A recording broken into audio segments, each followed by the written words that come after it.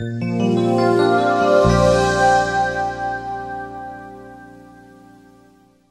and I am Evan Hyde with Coking.com, and welcome back to our next installment of the I Spy a Coker series, where we look in depth at 3 photos of cokers from around the world and see what we can spy from afar. A little exciting if you're like me. I'm a bit of a coker tourist, so I like trying to analyze these photos, and I hope you will enjoy this as well. Join me on this journey. So let's zoom in on this particular picture right here.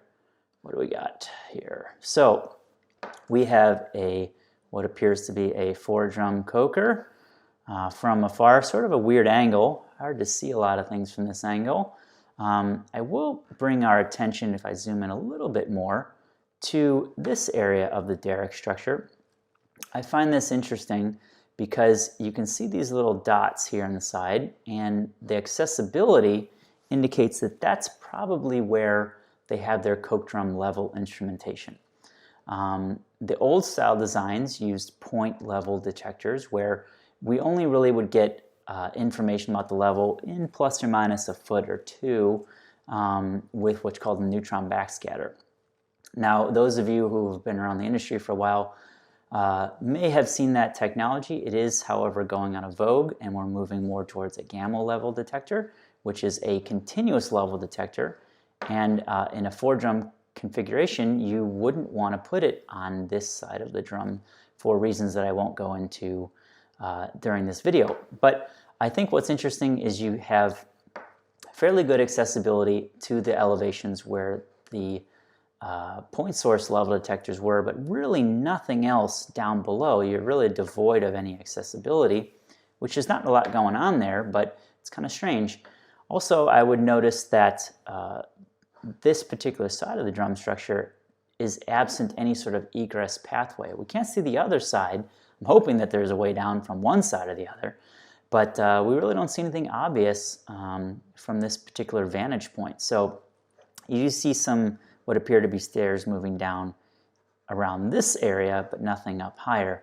Looks like you got the switch deck over here in the center of the frame, perhaps even multiple switch decks. It looks like there is some valving, perhaps the vapor side of the coke drum valving up above, and the drum inlet side valving down below. This is quite common in some designs of a certain vintage. So, and then we have the fired heater stack, number 1 for 2 drums and number 2 for the other drum pair. So again, staying with the typical theme, which is 2 drums for 1 heater, and that's what you would call a module. So let's move on to our next photo. This is a 2-drum unit, as you can see. Fairly old design, just given the sort of overall age and layout of the unit. But there are some really unique and interesting features that I'd like to call our attention to today. So let's zoom in a little bit on the bottom area of the drum. You'll notice that these drums are relatively tall and skinny, and look at the slope of this chute moving into the coke pad containment area, where it's interesting to note that this particular site, they gather up and move their coke with a front-end loader. Now, I think most of the people in the world are more familiar with moving coke around with cranes. There are a number of plants in the world who do this with a front-end loader all day long, every day.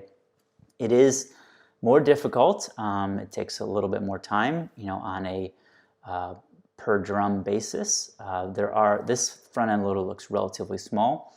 For my friends up in Canada, we know that they have huge front-end loaders up there and huge equipment. So it can be very time and cost effective if you have these giant equipment. This guy looks like he's moving the coke around with a fairly small system. So let's zoom back out a little bit. What else we got here? So we have the cutting water tank, very obviously. That's the one that's steaming a little bit because it stays hot as the water circulates around. We'll notice that it looks like this front end loader pushes things into this gathering area, which would then load onto this conveyor, change directions, move to this conveyor, and then out of the frame. So I think that's kind of interesting. What else can we see from afar here? Moving to the top, we know that this coker is probably in a relatively cold area because they've got some shielding and some containment up there for the cutting deck. That's most common in cold areas. Let's see what else we got here. Up at the top, there's a interesting I-beam coming off the side here. That looks like something that's probably not original.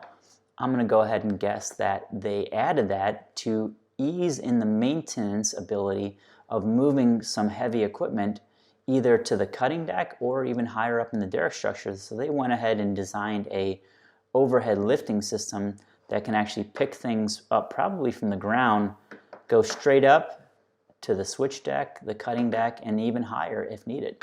So kind of an interesting novel layout that you don't see very often. So our last picture for today is of a 2-drum coker. That's fairly obvious now that you've been watching our series. One of the things we also see here is the furnace. And it's interesting, if we zoom in on this furnace, we see something fairly unique about it. It looks like it has 4 individual convection sections going into a common stack. And this is quite common of the layout of designs where you can bring one particular cell offline for cleaning without shutting down the rest of the unit. This is very advantageous with the 2-drum unit, wherein when you have to clean the furnace, you would have to basically shut the unit down. So if you can keep it alive and decoke 25% or 50% of the furnace, that seems like a good savings. So while we're in the zoomed in area of this picture, let's again, we talked in the last one, enclosures on the cutting deck elevation is typical of cold climate units. I'd like to bring your attention to the overhead piping coming off the top deck and then moving downward. This big swooping angle is something you don't see very often, typical of a certain vintage of units, but that's something fairly unique for the overhead vapor side of the coke drums. But really why I wanted to bring this picture to your attention today is you'll see these 3 big cylindrical vessels, and this is typical of the type of cokers that do not move their coke by means of a crane or a front-end loader like we saw before. These guys actually transport their coke from the bottom of the drums into these vessels using a slurry system. So they actually slurry up the coke and water, put it in these large vessels, and dewater the coke from over a period of time, and then transport it out of these large vessels into rail cars or trucks as needed. So this is again a fairly unique style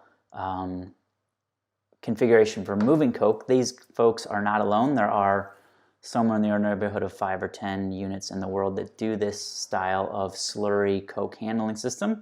So I thought this was a good photo to examine from afar. So I hope you learned something and you enjoyed this I Spy a Coker series. This is Evan Hyde, and look forward to talking to you again.